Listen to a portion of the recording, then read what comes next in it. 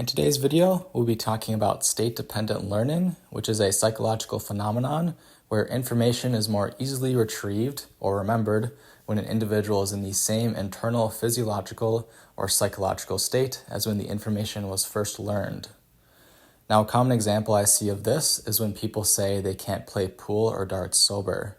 Now, the reason behind this is because a lot of these games are played in bars where people are drinking alcohol. And over time, these people have learned these skills to play these games while intoxicated with alcohol. So if they were to try to play sober, it's almost like they've completely forgotten how to play these games. But if you gave them a few drinks, their brain would remember the certain skills involved in these games and the different muscle memory patterns, and they would regain back all of their normal skills.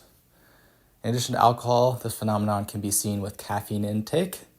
If you remember something, or if you learn something after having a cup of coffee, you're much more likely to remember that information again the next time you drink a cup of coffee.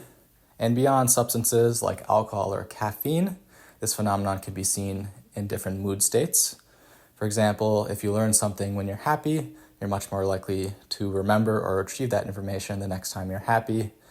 In addition, if you learn something when you're sad, you're much more likely to remember or retrieve that information the next time you're sad. So use this phenomenon to your advantage. If you always study while having a coffee, make sure that you have a coffee before you take the test.